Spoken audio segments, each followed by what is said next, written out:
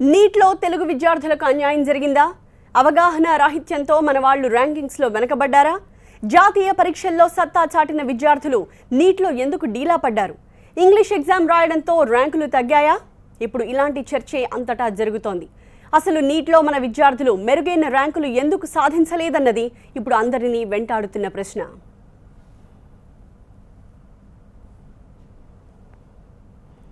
Neat Telugu విద్యార్థిని గందరగోళంలో పడేసింది. వైద్య ప్రవేశాలకు నీట్ తప్పనిసరి కావడంతో ఎంసెట్కి బదులు గత ఏడాది నుంచి అదే పరీక్షను నిర్వహిస్తున్నారు. రీసెంట్గా ముగిసిన ఈ ఎగ్జామ్లో ఎవరూ ఊహించని విధంగా తెలుగువారు ర్యాంకుల్లో వెనకపడ్డారు. ఏ జాతీయ స్థాయి పరీక్షల్లో జరిగినా టాప్ ప్లేస్లో ఉండే మన వాళ్ళు నీట్లో మాత్రం హీట్ పెంచలేకపోవడం అంతటా ఆసక్తిగా మారింది.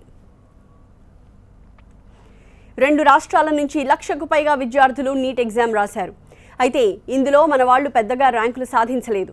మరోవైపు ఎంతమంది క్వాలిఫై అయ్యారనే దానిపై కూడా క్లారిటీ లేదు. రాష్ట్రం నుంచి పరీక్ష రాసిన వారిలో 95% మంది ఇంగ్లీష్లోనే రాశారు. ఇలా రాయడం వల్లే ర్యాంకుల్లో తేడాలొచ్చాయని విద్యార్థులు ఆవేదన చెందుతున్నారు. ఇప్పటి వరకు రాష్ట్ర స్థాయి ర్యాంకులు ప్రకటించకపోవడం కూడా వాళ్ళని కంగారులోకి నెట్టేస్తున్నాయి. మరోవైపు నీట్ పరీక్షకు తగ్గట్టుగా రాష్ట్ర ప్రభుత్వాలు ఏర్పాట్లు చేయలేదనే ఆరోపణలు వినిపిస్తున్నాయి. నీట్ కోసం విద్యార్థులు ప్రిపేర్ అయ్యే సమయం కూడా తక్కువగానే ఉంటుంది. ఇంటర్ పరీక్షలు ముగిసిన తర్వాత ఉండే నెల రోజుల వ్యవధిలోనే నీట్కి సిద్ధం కావాలి. ఈ టైం సరిపోకపోవడం కూడా ర్యాంకులు తగ్గడానికి మరో కారణంగా విద్యార్థులు చెప్తున్నారు. నీట్ పరీక్షను ఇంగ్లీష్తో పాటు ప్రాంతీయ భాషల్లో కూడా నిర్వహించారు. అయితే మన వాళ్ళు ఎక్కువ మంది ఇంగ్లీష్లోనే ఎగ్జామ్ రాశారు. హిందీ, ప్రాంతీయ భాషల్లో రాసిన వారికి మంచి ర్యాంకులు వచ్చాయి. అంతేకాదు పేపర్ కూడా సులువుగా ఉందని విద్యార్థులు చెప్తున్నారు. ఇంగ్లీష్లో మాత్రం ప్రశ్నావళి చాలా సంక్లిష్టంగా ఉందని, నెగటివ్ మార్కులు కూడా మన వారికి మైనస్గా మారాయని పేరెంట్స్ ఆవేదన చెందుతున్నారు. నిజానికి ఎంసెట్లో నెగటివ్ మార్కులు ఉండవు, కానీ నీట్లో ఇవే కీలకం. 4 ప్రశ్నలకు సమాధానం తప్పుగా గుర్తిస్తే 1 మార్క్ కట్ అవుతుంది. ఇలా ఉండడంతో ర్యాంకుల్లో భారీ తేడా కనిపించింది. ఇక హిందీలో పేపర్ సులువుగా వచ్చింది. గుజరాత్, పంజాబ్, ఒడిశా, తమిళనాడు సహా చాలా ప్రాంతీయ భాషల్లో ఎగ్జామ్ రాసిన వారందరూ మెరుగైన ర్యాంకులు తెచ్చుకున్నారు.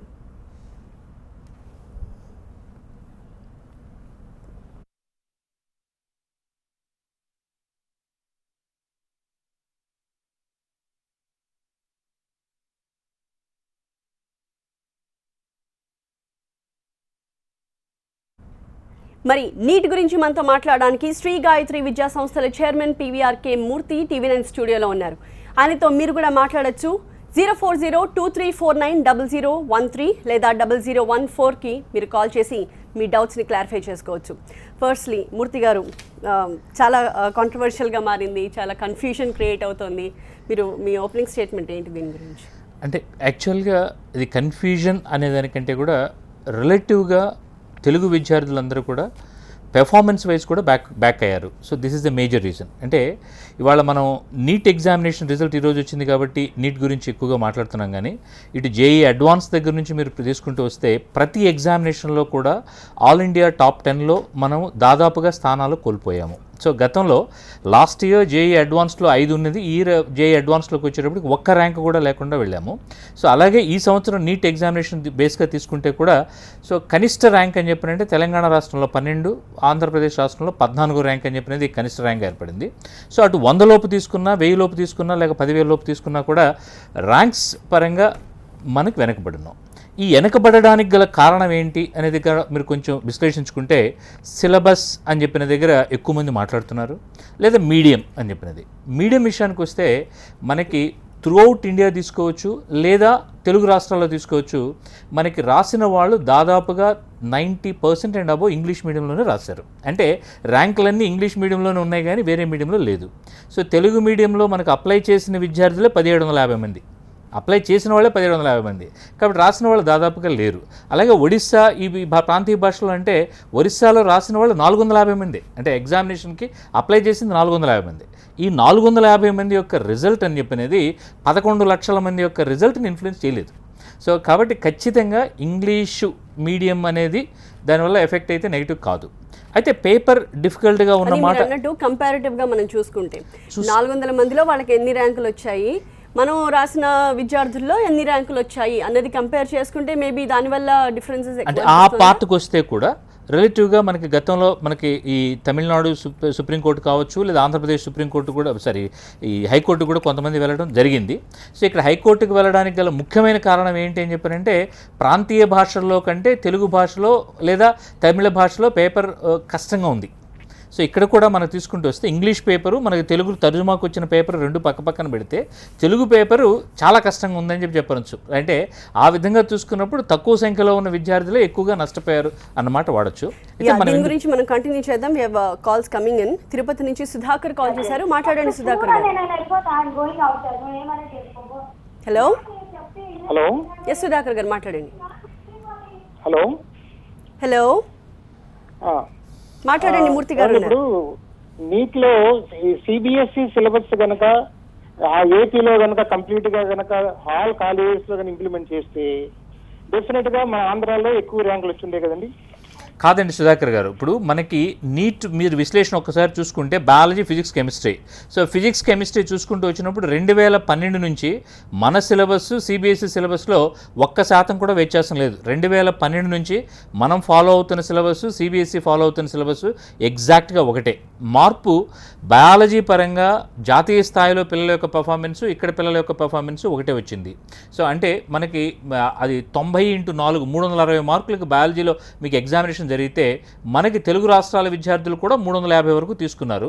సో అలాగే టాప్ 10లో ఉన్న పిల్లలకు కూడా వచ్చిన మార్క్ అదే ఉంది. అలాగే బయాలజీ యావరేజ్ తీసుకున్నా కూడా తెలుగు రాష్ట్రాల విద్యార్థులు పెర్ఫార్మెన్స్ లెవెల్స్ బాగానే ఉన్నాయి. కానీ ఎక్కడ గ్యాప్ వచ్చింది అని అంటే కెమిస్ట్రీలో కూడా ఎక్కువ తేడా లేదు, కానీ ఫిజిక్స్ పరంగా అంటే చాలా ఎక్కువ వేరియేషన్ ఉంది. దానికి రీజన్ ఏంటి అని చెప్పినంటే సిబిఎస్ఈలోకి వచ్చేటప్పటికి మ్యాథ్స్ కూడా ఒక సబ్జెక్ట్ కింద వాళ్ళు ఓరియంటేషన్ తీసుకుంటారు కాబట్టి వాళ్ళు ప్యూర్ బయాలజీ ఓరియంటేషన్ కాకుండా మ్యాథమెటికల్ ఓరియంటేషన్తో ఫిజిక్స్ ప్రిపేర్ అవుతున్నారు. ఆ ఒక్క అడ్వాంటేజ్ అనేది సిబిఎస్ఈ పిల్లలకు ఉంటుంది తప్పించి, అంతేగాని సిలబస్ వ్యత్యాసం వల్ల మాత్రం తెలుగు విద్యార్థులు నష్టపోలేదు. ఓకే, సిలబస్ వ్యత్యాసం లేదు అని మీరు అంటున్నారు, కానీ ఇప్పుడు మనం ఏ లాంగ్వేజ్ని అయితే ఆప్ట్ చేసామో ఆ లాంగ్వేజ్ వల్లనే ఇంత అనర్థం జరిగిందా అనేది బిగ్ క్వశ్చన్. మీరే అంటున్నారు తమిళ్లో తెలుగులో పేపర్ చాలా క్లిష్టంగా వచ్చింది అని. Is that okay? అంటే ఈ రెండు భాషల్లో పేపర్ కష్టంగా ఉండడం, వేరే భాషల్లో ఈజీగా ఉండడం, హిందీలో కానీ అదర్ మీడియంస్లో కొంచెం సులభంగా ఉండడం అనేది ఎంతవరకు కరెక్ట్ అంటారు? అంటే మనం ఆ విశ్లేషణలోకి వెళ్ళాలి అని చెప్పినంటే అసలు వాళ్ళు ఈ బెటర్ ర్యాంక్స్లోకి ఎంతమంది వచ్చారు అని చూసుకుంటే 100లోపు ఒక్కళ్ళు కూడా రాలా. సో మొదటి 100లో ఒక్కళ్ళు కూడా అంటే సీట్ సెక్యూరింగ్ పార్ట్కి వచ్చేటప్పటికి వాళ్ళు ఎంతమంది ఎక్కడ నిజంగా పేపర్ ఈజీగా ఉండి ఈ 450 మందిలో మంచి పిల్లవాడు ఉన్నాడు, సో వాడికి ఎడిషనల్ అడ్వాంటేజ్ వచ్చింది అని చెప్పి అనుకున్న సందర్భంలో ఖచ్చితంగా 100 లోపల వీటికి ఎక్కువ మంది విద్యార్థులు రావాల్సిన అవసరం ఉంది. కానీ ప్రాబ్లం ఎక్కడొచ్చింది అని చెప్పినంటే రిలేటివ్గా తెలుగు రాష్ట్రాల్లో ఫిజిక్స్ పరంగా పిల్లలు బాగా వెనకబడుతున్నారు.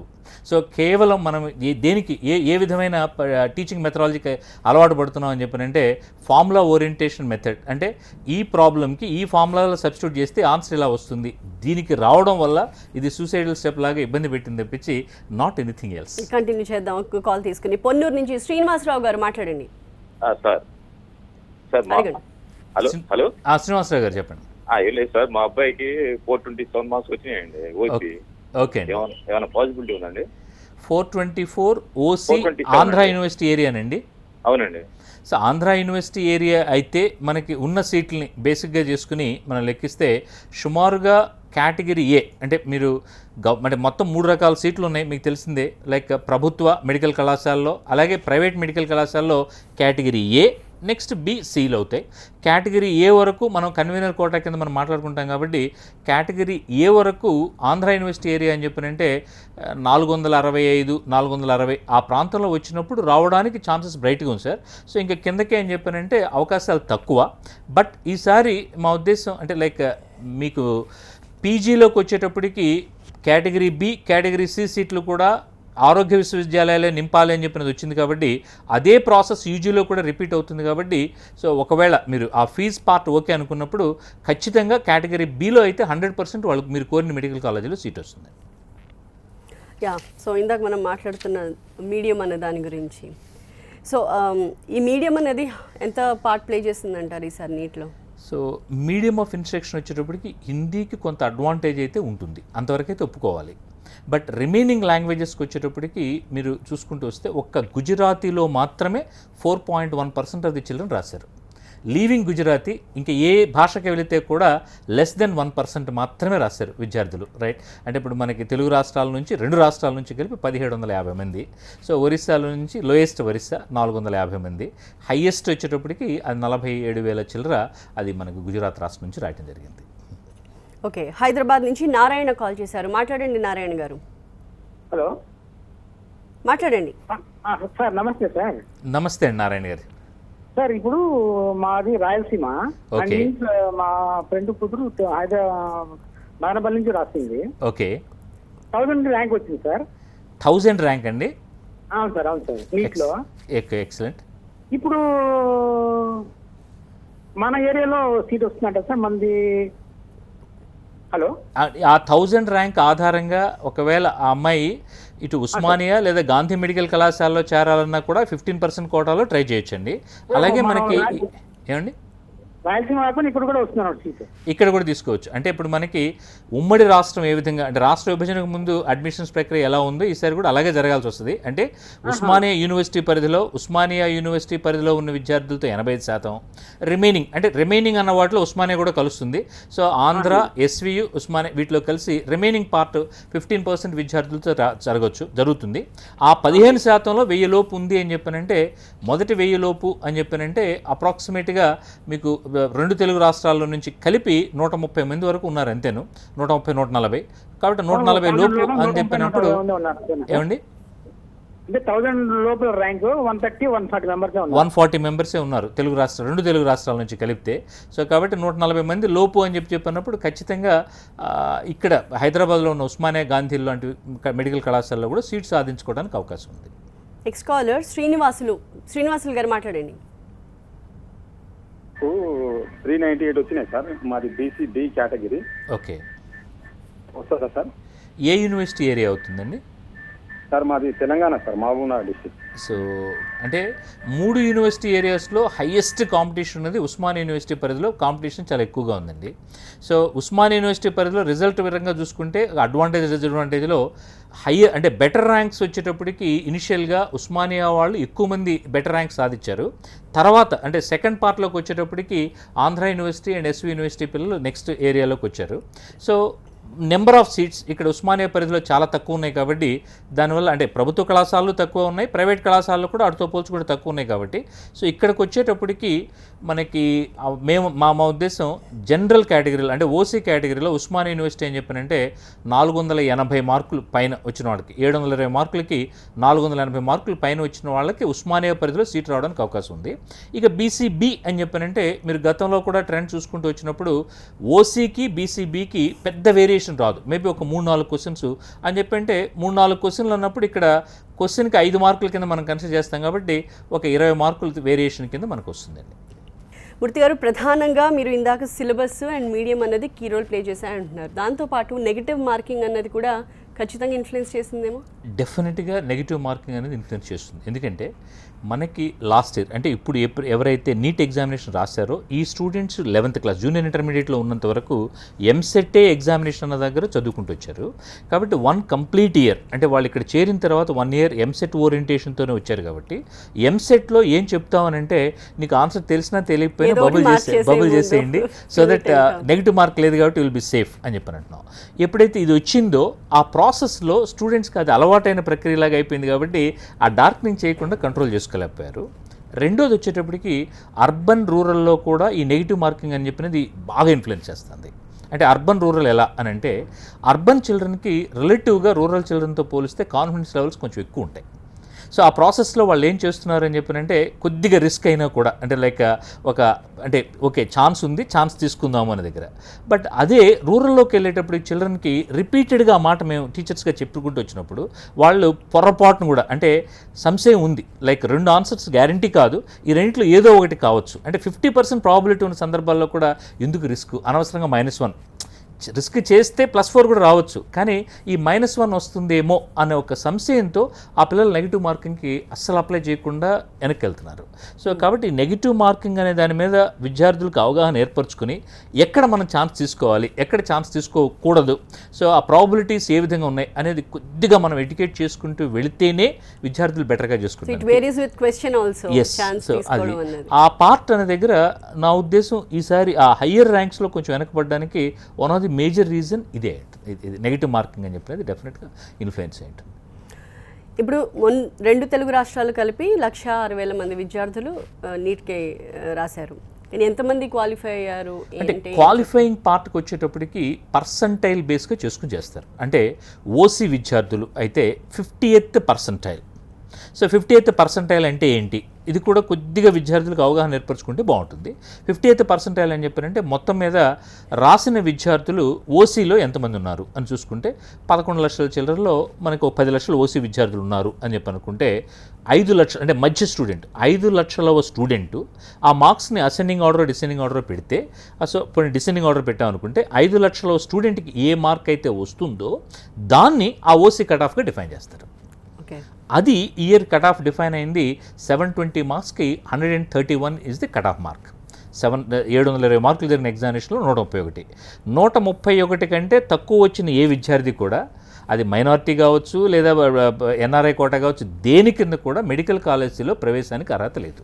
సో ఖచ్చితంగా 131 పైన మాత్రం రావాలి.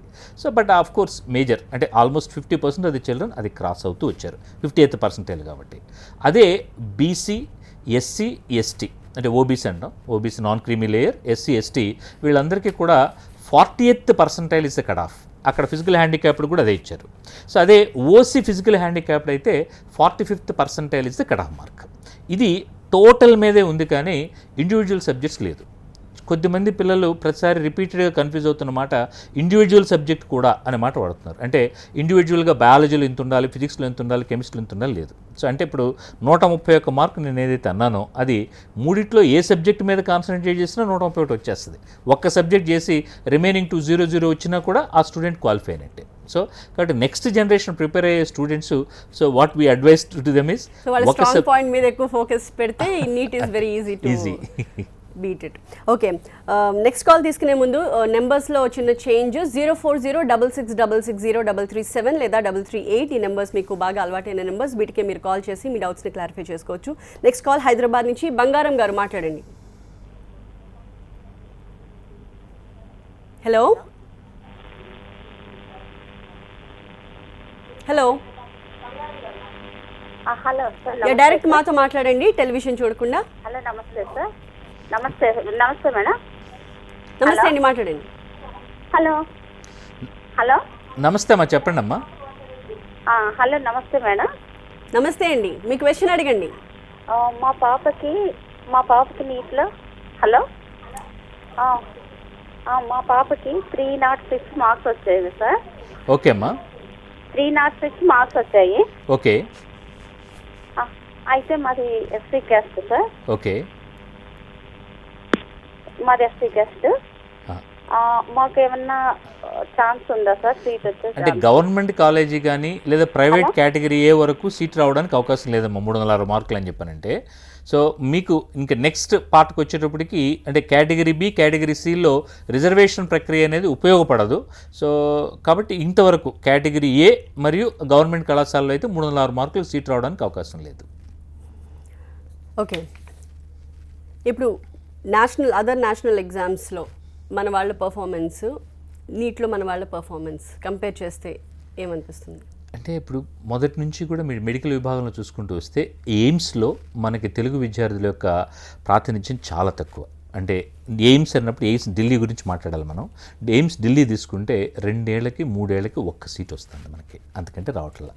సో దానికి గల కారణం ఏంటి అని చెప్పానంటే అక్కడ జనరల్ నాలెడ్జ్ ఉంటుంది. సో అంటే లైక్ జనరల్గా మిగిలిన అంతా బాగానే చేస్తారు మన పిల్లలు, ఆ పార్ట్ అజర్షన్ రీజన్ అనే క్వశ్చన్స్ ఉంటాయి, వాటిలోనే వెనకబడతారు.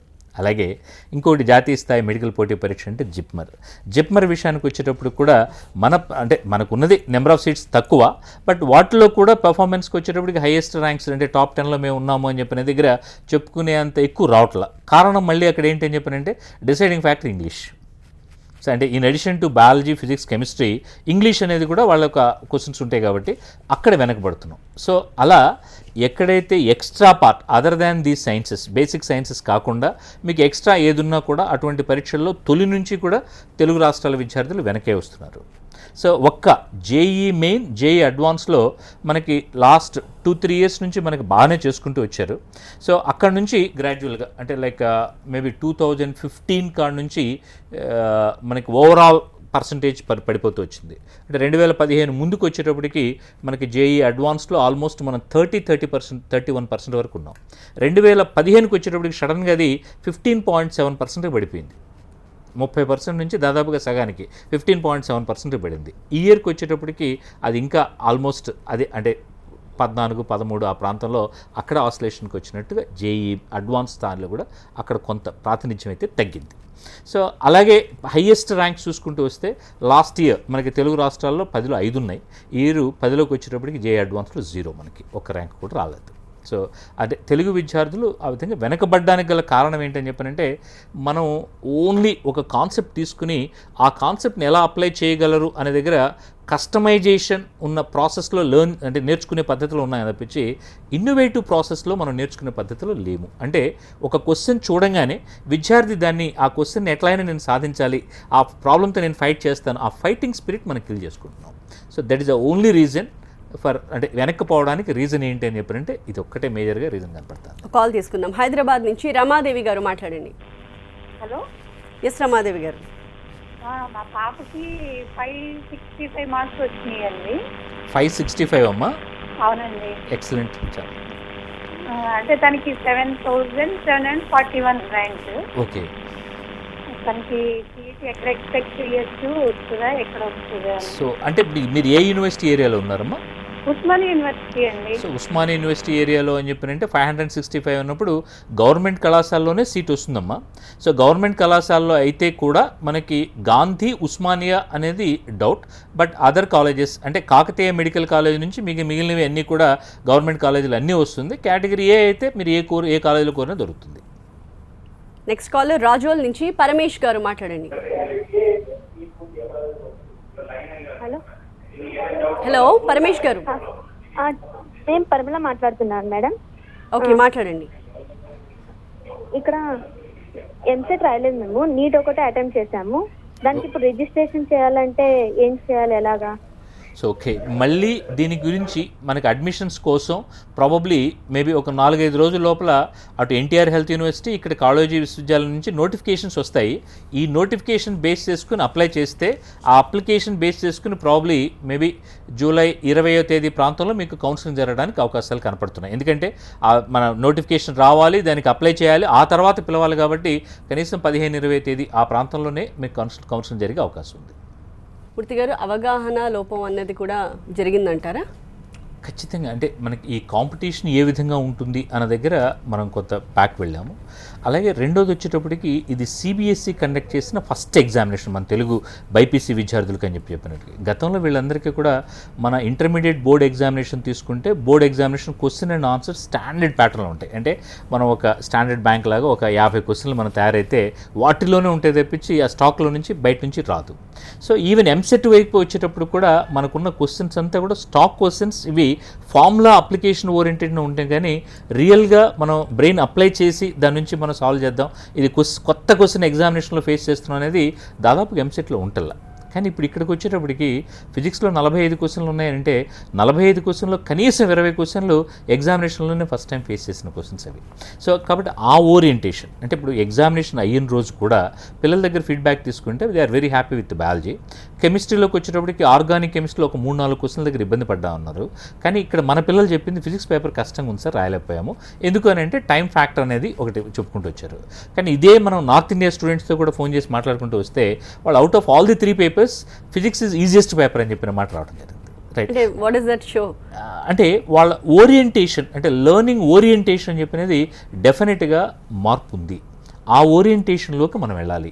సో అంతేగాని మనం అంటే అదే మోస పద్ధతిలో మనం గతంలో అంటే గత 20 ఏళ్ల నుంచి ఏ విధంగా చెప్పుకుంటూ వస్తున్నామో ఎంసెట్ కోచింగ్లో ఇది స్టాండర్డ్ క్వశ్చన్, దీని ఆన్సర్ ఇలాగే గుర్తుపెట్టుకోండి అని చెప్పని చెప్పుకోవడం. సో అలాగే మనం ఏ సంస్థ అయినా కూడా మా మెటీరియల్ నుంచి మేమే క్వశ్చన్స్ ఇచ్చేసుకుని ఆ క్వశ్చన్లో పిల్లలకు మార్కులు బాగా వచ్చినాయని చెప్పి చూసుకుంటూ వెళ్తున్నాం. కాబట్టి ఆ ప్రాసెస్ వల్ల ఇక్కడ ఫెయిల్ అయింది. సో ఖచ్చితంగా సిబిఎస్ఈ టెక్స్ట్ బుక్స్ని బేస్ చేసుకుని, అంటే మన టెక్స్ట్ బుక్స్ కూడా సిబిఎస్ఈనే ఖచ్చితంగా, ఎందుకంటే ఫిజిక్స్ కెమిస్ట్రీలు తీసుకుంటూ వస్తే వాటిని అట్టలు మార్చి మనం ఆ తెలుగు అకాడమీ అట్టేసుకున్నాం తప్పించి లోపల కంటెంట్ అంతా కూడా యాస్టీజ్ మనం సిబిఎస్ఈదే తీసుకుని ఉన్నాం. సో కాబట్టి ఆ టెక్స్ట్ బుక్లో ఉన్న ప్రతి లైన్ని బేస్ చేసుకుని దాని అప్లికేషన్ ఓరియంటేషన్తో స్టూడెంట్కి అవగాహన ఏర్పడే దిశలో మనం ట్రైన్ చేసుకుంటూ వెళితే డెఫినెట్గా మనం గతంలో ఎట్లయితే చేసుకుంటూ వస్తున్నారో ఇప్పుడు కూడా మన పిల్లలు బాగానే చేసేదానికి అవకాశాలు వస్తాయి. ఇంకో కాలర్ కొత్తగూడెం నుంచి సుమన్ నాయక్ గారు మాట్లాడండి. హలో సార్, నమస్తే సార్. నమస్తే అండి సుమన్ నాయక్. సార్ ఇది ఇప్పుడు మా బాబుకి 340 వచ్చాయి సార్ మార్క్స్. ఓకే. ఈ మేము అది ఎస్టీ కోట సార్, ఆంధ్ర. ఓకే సార్ ఇది వస్తుందా రాదా, ఎక్కడ వస్తుందా, అసలు ఏంటి, ఏ కేటగిరీ వస్తుందా, కౌన్సిలింగ్ ఏంటి ఎప్పుడు? అంటే ఆంధ్ర యూనివర్సిటీ ఏరియా కింద వస్తారండి మీరు? అవును sir. So Andhra university area 370 అని చెప్పనంటే డౌట్ఫుల్ కేసు అండి. లైక్ అంటే మా ఉద్దేశం మేబీ ఎస్టీ అయినప్పుడు ఆంధ్ర యూనివర్సిటీ ఏరియాలో 400-410 మార్కుల వరకు అయితే ఖచ్చితంగా వచ్చే అవకాశం ఉంది. 370 అని చెప్పనంటే పూర్తిగా ఫైనల్ విశ్లేషణ వస్తే తప్పించి ఖచ్చితంగా మనం చెప్పలేం, బికాజ్ ఈ బార్డర్ కేసు అవుతుంది కాబట్టి. 340 అయితే అసలు రావడానికి అవకాశాలు. రైట్, ఇంకో కాలర్ హైదరాబాద్ నుంచి సునీల్ కుల్కర్ణి గారు మాట్లాడండి. హలో సునీల్ గారు. ఓకే రైట్, ఏ యూనివర్సిటీ పరిధిలోకి వస్తారు అన్నది ఇక్కడ కీలకమైన క్వశ్చన్గా కనిపిస్తుంది మీరు ఇందాక నేను చెప్తున్నాను బట్టి. ఇప్పుడు బీట్ ఓయూ, ఏయూ, ఎస్వియూ ఏంటి, అవి ఎలా మేజర్ రోల్ ప్లే చేస్తాయి? అంటే ఇప్పుడు మనకి ఈ నీట్ రిజల్ట్స్ అసలు బేసిక్గా ఎక్కడ ప్రాబ్లం క్రియేట్ చేసిందనంటే జాతీయ స్థాయి ర్యాంకులు ఇచ్చారు కానీ రాష్ట్ర స్థాయి ర్యాంకులు ఇవ్వాల. రాష్ట్ర స్థాయి ర్యాంకులు ఇచ్చేస్తుంటే చాలామంది పేరెంట్స్కి క్లారిటీ వచ్చిండేది. కానీ రాష్ట్ర స్థాయి ర్యాంకులు ఎందుకు ఇవ్వలేదు అని చెప్పి సిబిఎస్ఈ బోర్డు వాళ్ళని అడిగితే మీ దగ్గర బీసీ మా దగ్గర బీసీలు తేడాలు ఉన్నాయి కాబట్టి, అంటే నేషనల్లో ఉన్న ఓబీసీ అని చెప్పినది ఇక్కడ ఉన్న బీసీలు తేడా ఉంది, ప్లస్ మోర్ ఓవర్ 2 తెలుగు రాష్ట్రాల్లో కూడా బీసీఈ అంటే ముస్లిం కమ్యూనిటీకి ఏదైతే రిజర్వేషన్ ఇచ్చారో అది ఇక్కడ మాత్రమే ఉంది. కాబట్టి వీటన్నిటి దృష్ట్యా మేము బీసీ అనే దగ్గర మేము టచ్ చేయకుండా ఓన్లీ నేషనల్ ర్యాంక్ మాత్రమే ఇచ్చాము అనే మాట వాడుతున్నారు. అయితే దాని ఆ కన్ఫ్యూజన్లో రాష్ట్రాలు రెండుగా విడిపోయి దీంట్లో కూడా ఈ రాష్ట్ర స్థాయి ర్యాంక్ రాకపోవడంతో కన్ఫ్యూజన్ వచ్చేసింది. కానీ ఇప్పుడు మనకి వచ్చేటప్పటికి అంటే స్టేట్ డివిజన్ జరిగేటప్పుడు కూడా మనకి 10 years వరకు ప్రవేశాల ప్రక్రియ కామన్గానే, అంటే గతంలో ఎలా ఉందో అలాగే వెళ్ళాలి. అంటే అర్థం ఉస్మానియా యూనివర్సిటీ పరిధిలో ఉన్న మెడికల్ సీట్లు అన్నీ కూడా ఉస్మానియా విద్యార్థులతో 85%, remaining SV university, Andhra university and Osmania కూడా కలిపి అంటే జనరల్ అంటాము. సో దాంతో 15% విద్యార్థులతో జరుగుతుంది. అలాగే ఎస్వి తీసుకుంటే ఎస్విలో 85, ఆంధ్ర తీసుకుంటే ఆంధ్ర యూనివర్సిటీ ఏరియాలో 85 సీట్లు అక్కడ ఉన్న లోకల్ విద్యార్థులతో, రిమైనింగ్ 15% అదర్ 2 యూనివర్సిటీస్. అదేవిధంగా ఇప్పుడు కూడా జరుగుతుంది. సో కాబట్టి ఈ 2 రాష్ట్రాలకి కలిపి ఉమ్మడి ర్యాంకులు వచ్చేసినా కూడా మనకి క్లారిటీ వచ్చింది. సో దాని మీద సో రాలేదు కాబట్టి ఇప్పుడు ఆ మార్క్స్ తీసుకుని మన దగ్గర ఉన్న అంటే లైక్ దీన్ని అనాలిసిస్ చేసుకోవడానికి కొంచెం మనకి అంటే అన్ని సిరీస్లు కొట్టుకుంటూ రావాల్సి వస్తుంది. లైక్ ఇప్పుడు తెలంగాణ అయితే 909తో స్టార్ట్ అయింది హాల్ టికెట్ నెంబర్స్.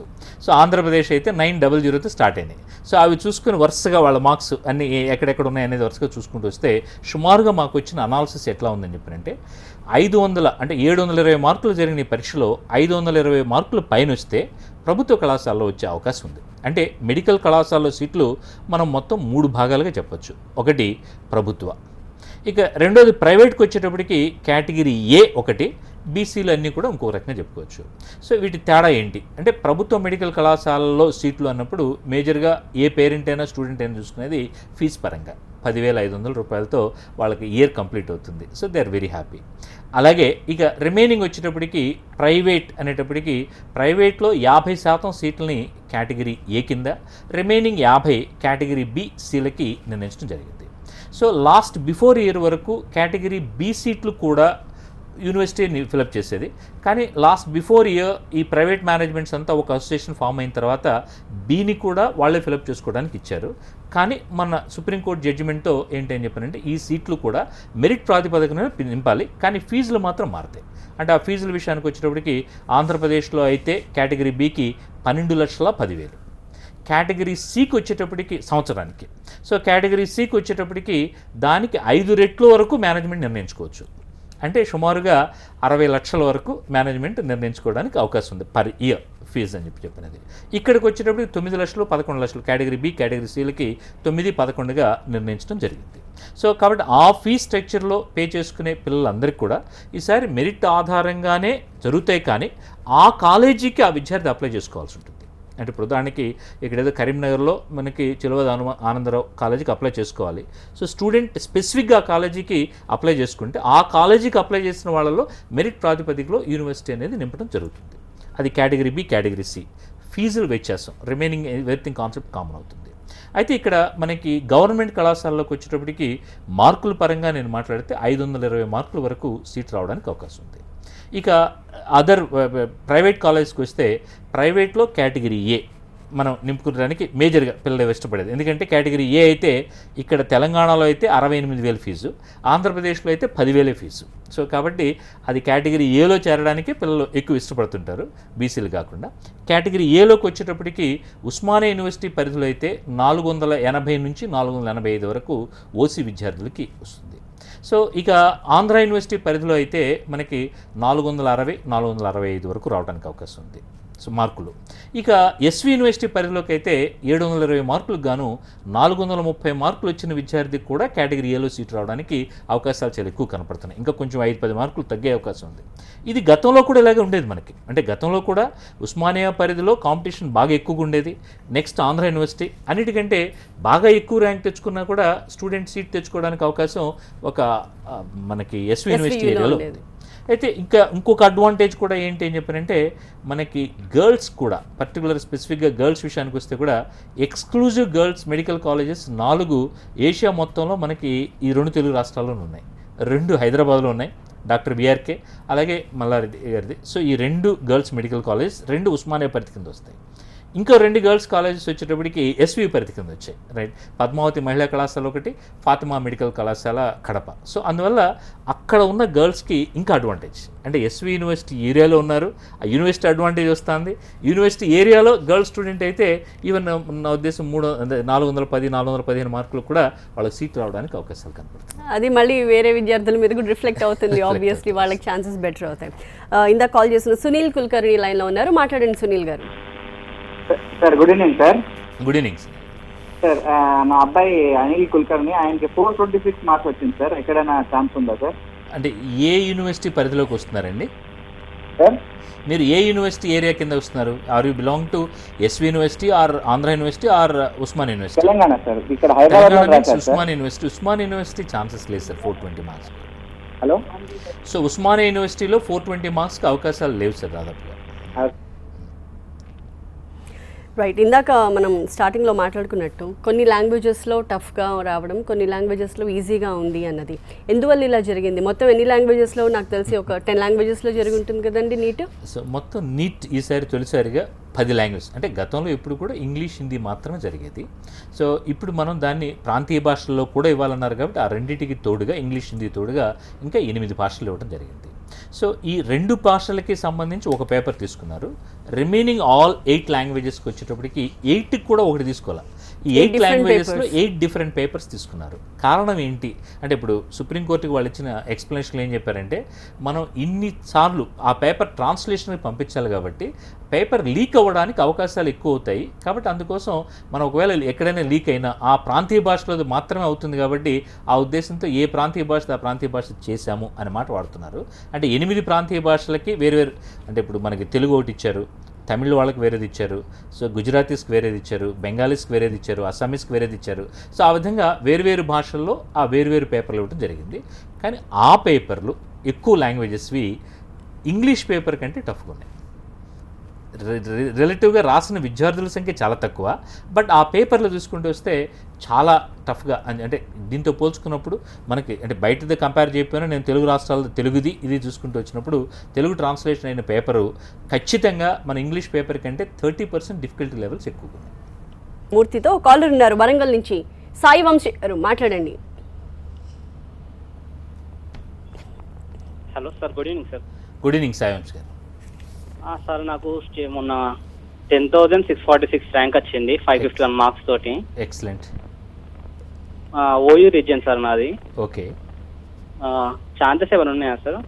ఓయూ యూనివర్సిటీలో ఖచ్చితంగా సీట్ వస్తుంది. బట్ అయితే నా ఉద్దేశం కేటగిరీ ఏలో బ్రైట్ ఛాన్సెస్ అని చెప్పనొచ్చు. ఎందుకంటే ఓయూలో ప్రభుత్వ మెడికల్ కళాశాలలు చాలా తక్కువగా ఉన్నాయి కాబట్టి అందువల్ల ఓయూ అన్నప్పుడు అప్రాక్సిమేట్గా మనకి 700-800లో కట్ అయిపోతుంది. మీకు గతంలో మీరు ఎప్పుడు అనాలిసిస్ తీసుకుంటూ వచ్చినా కూడా మనకి అంటే రాష్ట్ర స్థాయి ర్యాంకుల్లోకి వచ్చేటప్పటికి 700-800 మధ్యలో ఈ గవర్నమెంట్ మెడికల్ కాలేజెస్ కట్ అవుతున్నాయి కాబట్టి సో దాని దృష్ట్యా అరౌండ్ మీకు 850-900 ఆ ప్రాంతంలో ఎక్కడన్నా ఉన్నా కూడా సో ప్రాబ్లీ కాదు, ఖచ్చితంగా మీకు కేటగిరీ ఏ యూనివర్సిటీ దగ్గర కావాలన్నా వస్తుంది. లేదు మీకు ఆంధ్ర యూనివర్సిటీలో కానీ లేదా ఎస్వి యూనివర్సిటీ ఏరియాలో కానీ ప్రభుత్వ మెడికల్ కళాశాలలో కూడా సీట్ వస్తుంది. ఎస్, ఇందాక మనం మాట్లాడుకుంటున్నట్టు అన్ని భాషల్లో యూనిఫామ్గా ఉండాలి పేపర్. ఇట్స్ నేషనల్ ఎగ్జామ్ కాబట్టి ఒకే క్వశ్చన్ మీద you have to test every student. కానీ వేరీడ్ క్వశ్చన్స్ ఉన్నప్పుడు అది కూడా 9 డిఫరెంట్ క్వశ్చన్ పేపర్స్ బయటకు వచ్చాయంటే అది ఎంతవరకు సమంజసం? అది కరెక్టా? అది 100% తప్పు. అంటే గతంలో కూడా మనం ఇక్కడే డిస్కషన్లో అది తప్పు. అంటే ఖచ్చితంగా సిబిఎస్ఈ అథారిటీస్ అది ఒక బ్లండర్ చేశారని చెప్పచ్చు. సో అది ఆ తప్పుకి అంటే వాళ్ళు చేస్తున్న ప్రాసెస్ అంటే లైక్ ఆ తప్పుని బ్యాలెన్స్ చేసుకోవడం కోసం ఏమని మాట్లాడారని చెప్పారంటే నార్మలైజేషన్ ప్రక్రియలో మేము దాన్ని చేస్తాము అని చెప్పన్నారు. అంటే నార్మలైజేషన్ అని చెప్పారంటే మొత్తం ఒక భాషలో హైయెస్ట్ మార్క్ ఎక్కడైతే ఉంటుందో వేరే భాషలో పేపర్ కూడా హైయెస్ట్ మార్క్ తీసుకుని ఈ హైయెస్ట్ మార్క్ని కలుపుతామని చెప్పన్నారు. అంటే లైక్ ఇప్పుడు 720కి ఒక దగ్గర భాషలో 700 వచ్చింది, దీన్ని హైయెస్ట్గా పెట్టుకున్నారు. ఇంకొక భాషలో తీసుకున్నప్పుడు 720కి 400 వచ్చినాయి. ఈ 400 700గా ట్రీట్ చేస్తాము బికాజ్ ఆ లాంగ్వేజ్లో దట్ ఇస్ నార్మలైజేషన్ ప్రాసెస్ అని చెప్పానంటే సో అది తప్పు. ఎందుకంటే మీరు ఆ నార్మలైజేషన్ చేయొచ్చు, శాస్త్రీయంగా తప్పని నేను అన్నాను. ఎప్పుడు చేయొచ్చు అని చెప్పానంటే ఖచ్చితంగా సమంగా ఉన్నప్పుడు. అంటే లైక్ ఒక భాషలో ఎంతమంది రాశారో రెండో భాషలో కూడా అంతే మంది విద్యార్థులు రాస్తే సో అప్పుడు మనం దాన్ని బ్యాలెన్స్ చేసుకోవడం కోసం నార్మలైజేషన్ ప్రక్రియ వాడచ్చు. కానీ ఇప్పుడు అలా కాకుండా దీనిలో నార్మలైజేషన్ తప్పు. సో కాబట్టి ఓన్లీ ది ప్రొసీజర్ ఏంటనంటే ఈ కొంతమంది విశ్లేషకులతో సో ఈ పేపర్ యొక్క డిఫికల్టీ లెవెల్స్ ఏంటి అనేది ఆధారంగా చేసుకుని దానికి తగ్గట్టుగా వాళ్ళకి బ్యాలెన్స్ చేయడం ఒక్కటే ఇప్పుడు జస్టిఫికేషన్ జరగడం అంటే. బట్ మీరు అంటున్నట్టు ఆ డిఫికల్టీ లెవెల్స్ కూడా డిఫరెంట్గానే ఉన్నాయి.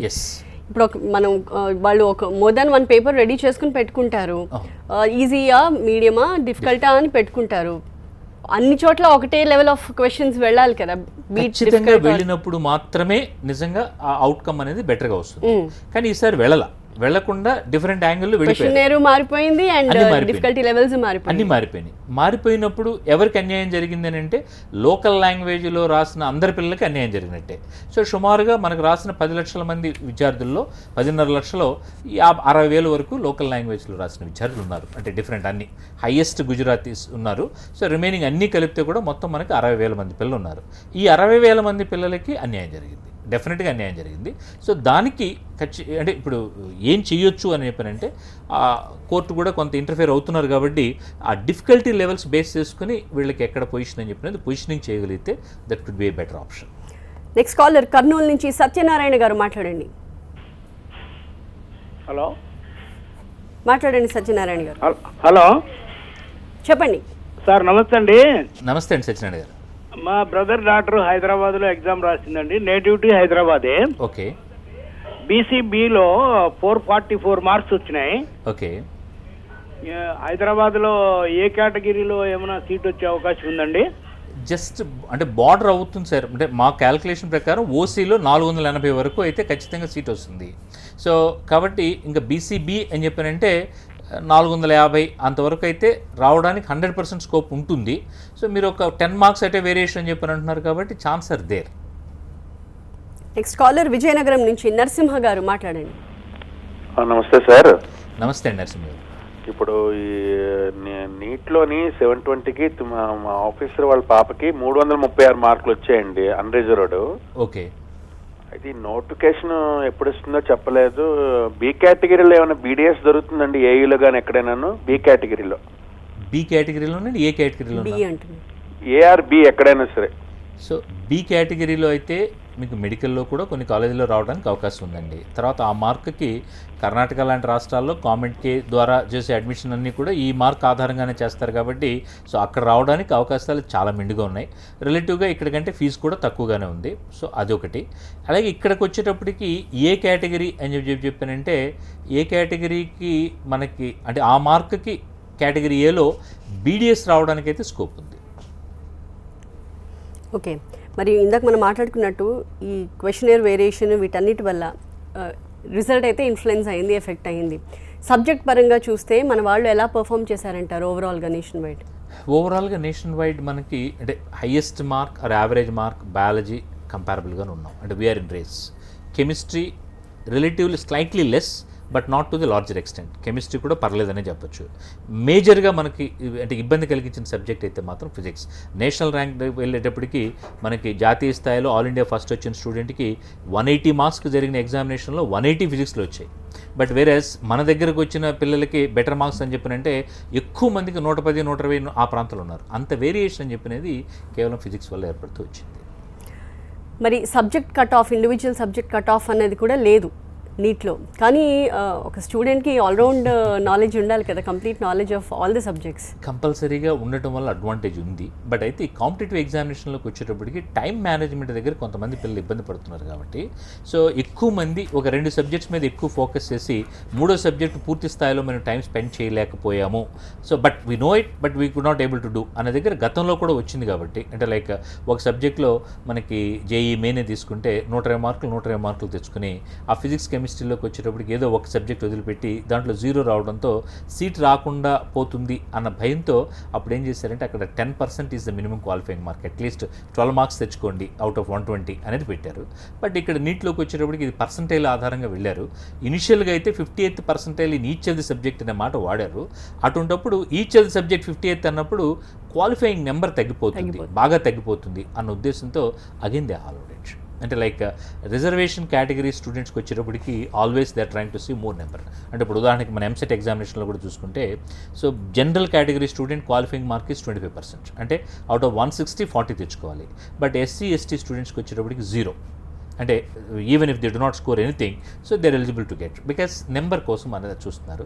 అలాగే ఇక్కడ కూడా ఈ ప్రక్రియలో కూడా మీరు సబ్జెక్ట్ వైజ్ కూడా ఎప్పుడైతే కట్ ఆఫ్ పెట్టారో ఆటోమేటిక్గా ఆ నెంబర్ బాగా పడిపోతుంది, డ్రాస్టిక్గా పడిపోతుంది.